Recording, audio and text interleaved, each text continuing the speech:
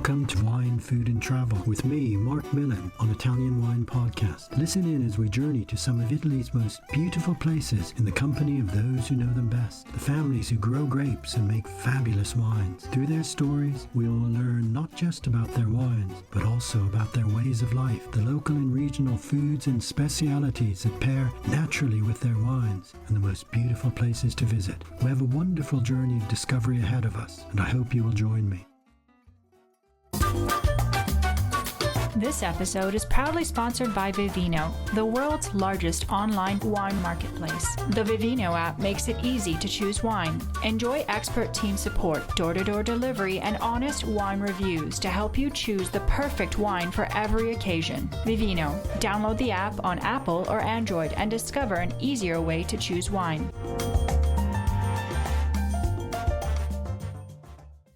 Welcome to Wine, Food and Travel with me, Marc Millon, on Italian Wine Podcast.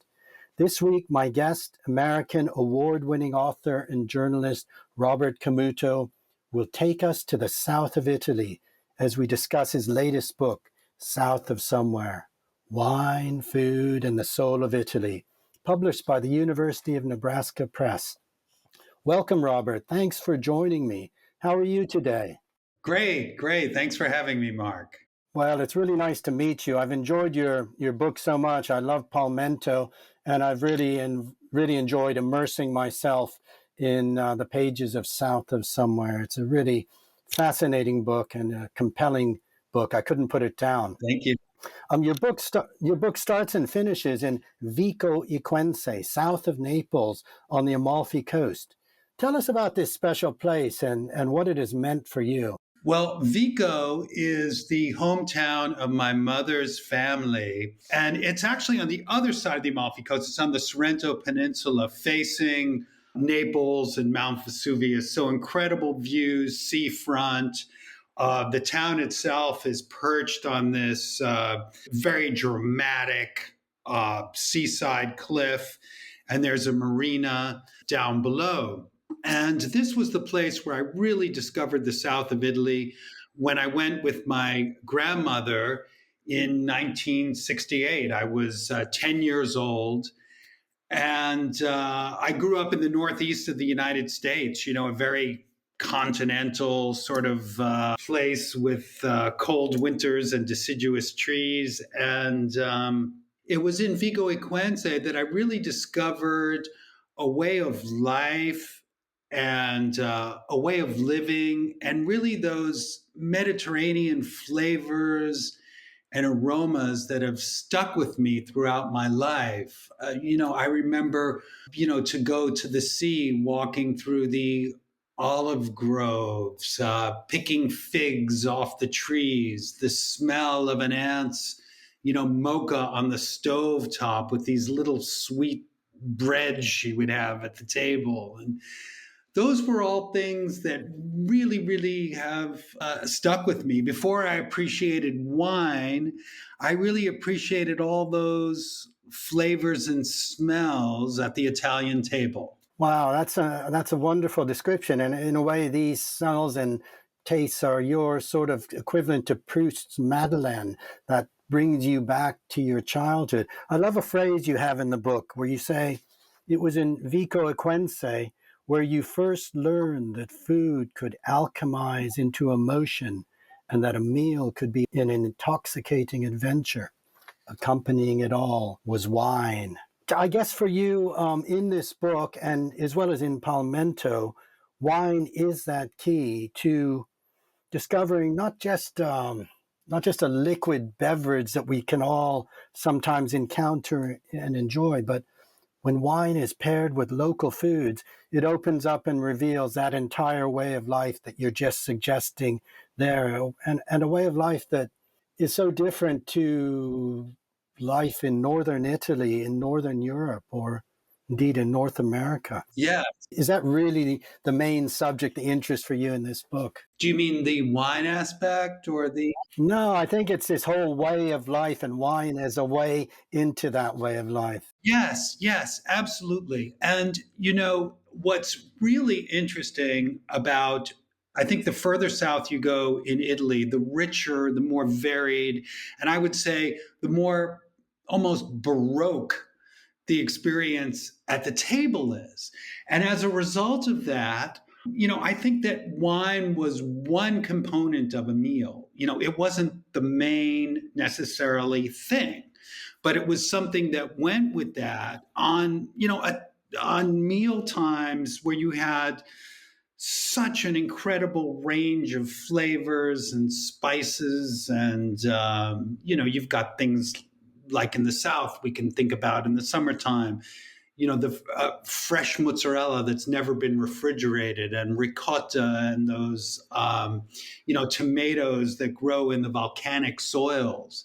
I have a theory that a lot of these great wine regions that we think about, whether it's in the Piedmont in Italy or Burgundy in France, they don't have the same varied table that the South did. So they got most of a lot of fruit and character through wine, whereas I think in the south of Italy there's just so much competition at the table. That said, what's really exciting about the south of Italy now is that this Italian wine renaissance that we all have been watching and experiencing with a lot of passion is spreading south. So I think that people are putting a little more focus, or actually a lot more focus, on how to make these wines something great and really find their potential.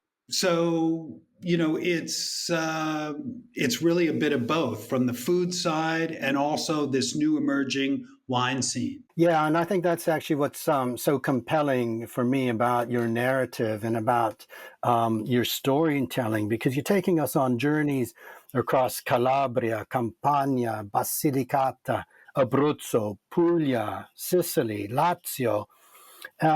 And we're discovering wines in some cases were almost forgotten just 30 years ago, but which today are becoming, well known around the world, and making us want to learn about the areas where they're produced. Ciro, Alianico del Voltere, Etna, Montepulciano d'Abruzzo, and of course in Campania, Tarasi, Fiano di Avellino, and Greco di Tufo. So there are all these wonderful names and wines, but you bring them to life through the winemakers themselves and the many characters that you encounter along the way. And what I really love about your books is the descriptions of the people you meet, who are, I think, are the real focus and subject, more even than the wines themselves.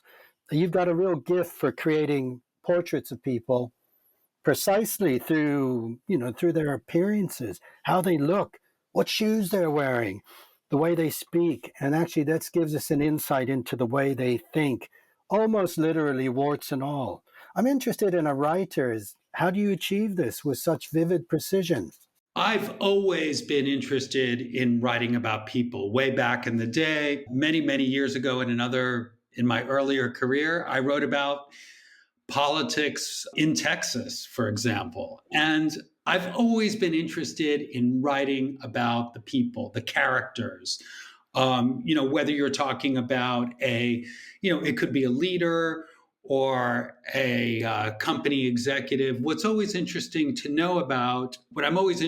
know is what makes the people tick, what motivates them. And in the wine world, people are so important because wine is culture, and great wines come from great cultures, and those cultures are made of people.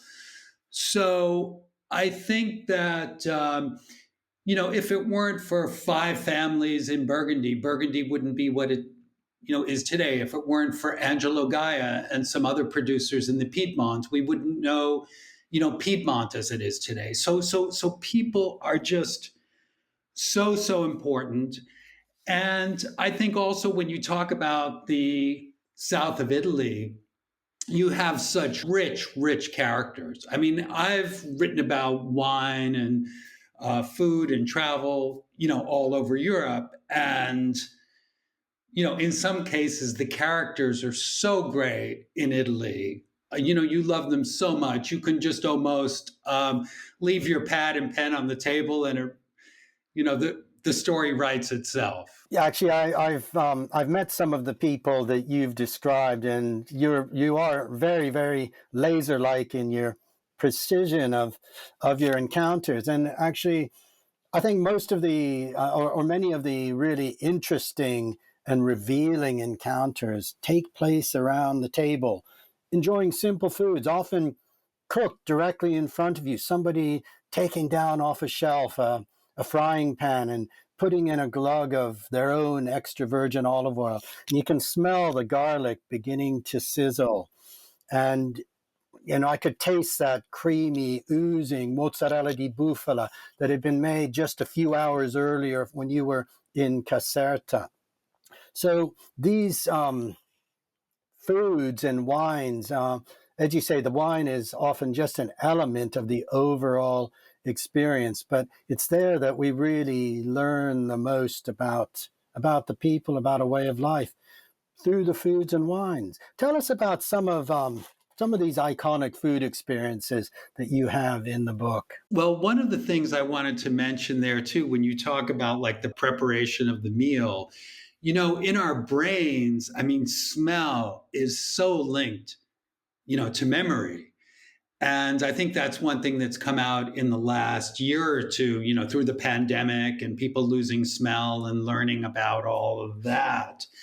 And, I think that's why this kind of storytelling is so important, because I think it connects with people in real ways that embeds, in their own memories. And like when you just talked about garlic sizzling in a pan, I mean, that's like a unique precursor of great things that are to come. But one of the things that I love about traveling through the South, and there were so many meals I can't enumerate them all, but one of the things I love about traveling and visiting wineries there is the wine tasting room is often the kitchen table. I mean, it's not some fancy remote place where you go taste wine and spit, but it's like right there with the homemade cheeses, the salumi, and, paired with the wines. So, I think in the south of Italy, you still have more of this kind of original, authentic closeness of wine as a family product, even though it's a little more than that. And to me, that's super important. I mean, you see families, they make their own prosciutto, and cutting the first slices off of that is a great experience. Yeah, I sense that for you, these simple meals enjoyed around a kitchen table are what you enjoy far more than perhaps dining in fancy restaurants or Michelin star restaurants. It's this genuineness that you're experiencing here in the South. Yeah. Yeah. And one thing I wanted to talk about that too, I write a little bit about, some of the chefs and my experiences in some Michelin starred restaurants, which I often do find to be a little sad. This kind of like dot cuisine, that resembles a fine art painting, and, that you have this colored dot and that colored dot. And, for me, it's really important that cooking and a chef recall something of the territory. I mean, there's got to be a link, like a meaning and a purpose. Otherwise, it's just kind of like, showmanship and fireworks. I think even at the high levels, I mean, you do have that. You do have it in the South. Chefs like Gennaro Esposito, who I think, his flavors and his sense are really linked to that territory, to the memories of his childhood. And, you have Pino Cutaia at La Madia in Sicily, who I think is another great chef who really brings you back to the essence of the territory rather than, riffing on some recipe of a friend in Denmark or some other part of the world. Yeah, I guess that link to territorio is really the key, both in food and wine. It seems at the same time, at times your taste, your enjoyment of wine also follows this approach to food. Your time seems to almost betray something of a disdain for the precision of winemakers who want to control everything. Maybe winemakers primarily from wealthy estates in the north, compared to a more natural approach where wines are more rustic and more genuino, and that the South is uniquely able to deliver. Is that a fair assessment? I think that, I love a variety of wine. We all love Italian wine because it's so varied. The biodiversity is incredible. You can drink a different wine every night of the year and not repeat yourself. And I think that's a difference from, for example, from drinking French. And I know, many of us have spoken of that. Like you're not looking towards one goal, but different expressions of that. I'll give you an example. Last week, I was in Campania, focusing mostly on Fiano. And I went to a dinner at Feu di San Gregorio where they had, we drank like 7 or 8 Fianos. And I was just blown away by just the amazing diversity of these wines. I couldn't even map them in my head. There was late harvest ones that were very rich. There was minerally elegant, very fresh Fianos, and the expressions were just all over the place. And I love one of the things that Antonio Capaldo said about Fiano from this one area. He said it can smell like sfogliatelle. And if you know sfogliatelle, it's that Neapolitan pastry with this crunchy outer shell and inside this agrume flavored whipped ricotta. It's so Baroque. I had one just a few days ago when I was coming through, flying back from Palermo. Yeah. And if you think about it, the fact that you could have this wine that over time and in the bottle starts revealing all these crazy different flavors. It's absolutely thrilling. So I think to try to fit some of these wines into a category or, one style is kind of a mistake. And, I think you want to go with the variety that you have and not try to fit them into a niche.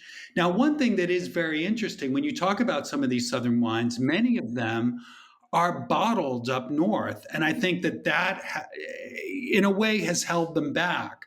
Like you have many sparkling Fianos, for example, that are not very well made, that are made for, mass produced supermarket shelves up north. And on the other side of Italy, you have like Montepulciano d'Abruzzo. 45% of it is bottled in like Lombardy, Piedmont, and Veneto by huge bottlers. So I think there's still enormous potential for rediscovery, for more small producers getting involved and giving local expression to these wines. I guess part of what the subject of the book is this great wealth of native grape varieties that there were grapes that I hadn't heard of in your book from, obviously we know some of the major grape varieties from the South, but there's still so much to discover. Part of the subject of your book, I think something that's ever present is this north-south divide that exists in Italy, historically, politically, culturally, socially, of course, gastronomically. But it's been a historic exclusion of the South, a denigration of the South with racist attitudes to so-called terroni stoked up by the Lega and other far-right political parties. But yet, wine is a way of people elevating themselves and bringing some worth and dignity to lands that had been forgotten. Do you think that this north south chasm is as deep as ever, or Italians learning to respect and appreciate those from other areas, especially the south? Well, I call the book South of Somewhere because, I think Italy defines itself in that way. It's never really been a unified country.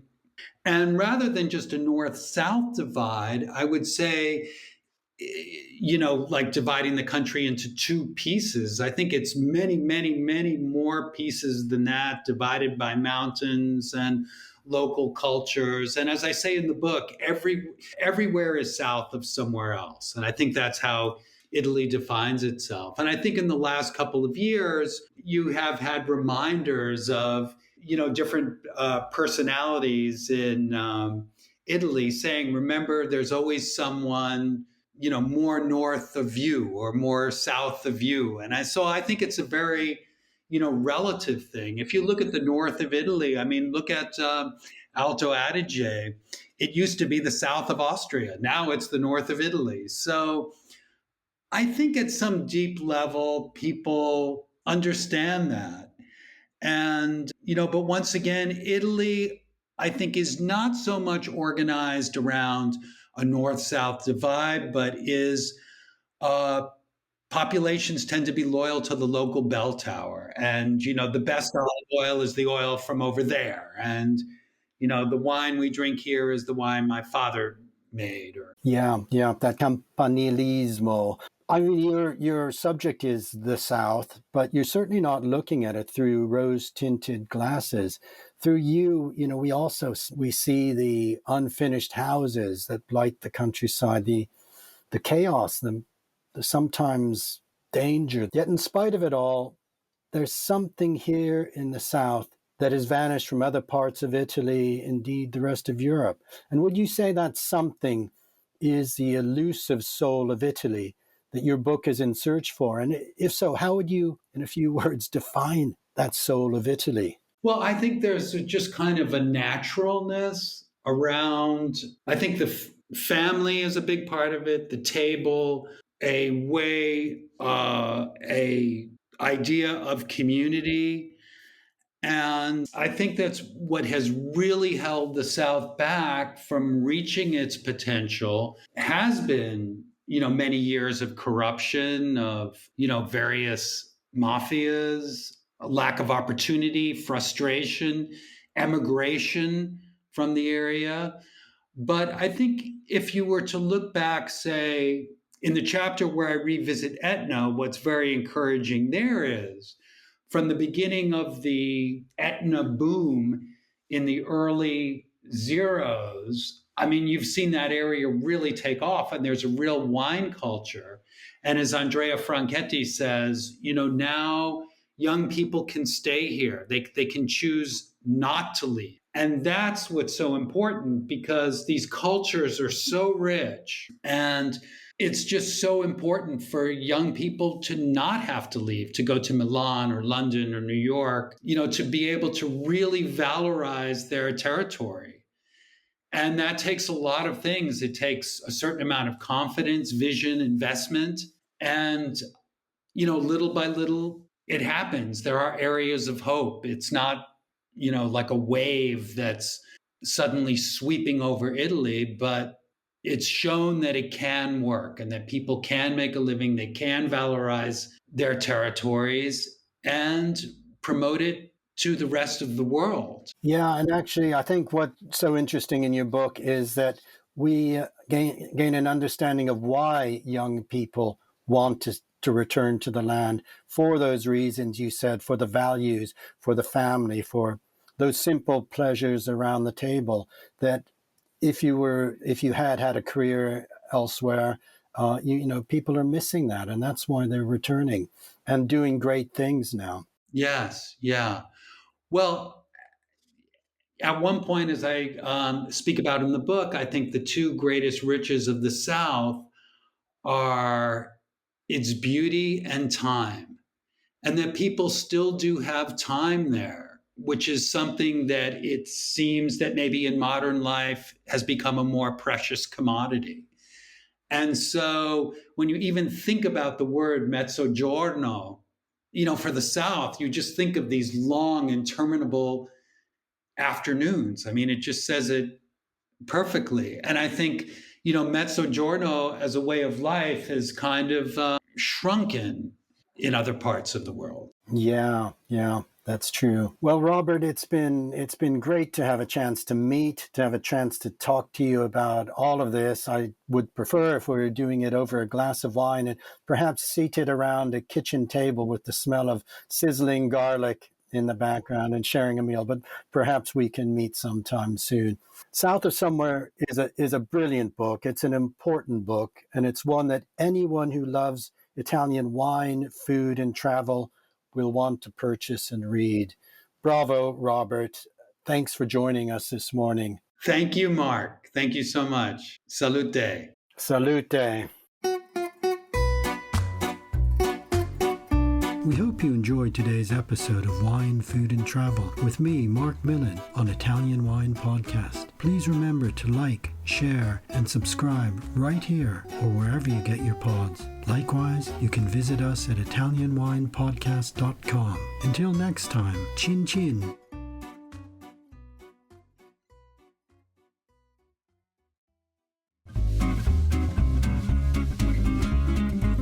Hi everybody! Italian Wine Podcast celebrates its 4th anniversary this year, and we all love the great content they put out every day. Chin Chin with Italian wine people has become a big part of our day, and the team in Verona needs to feel our love. Producing the show is not easy, folks. Herding all those hosts, getting the interviews, dropping the clubhouse recordings, not to mention editing all the material. Let's give them a tangible fan hug with a contribution to all their costs. Head to ItalianWinePodcast.com and click donate to show your love.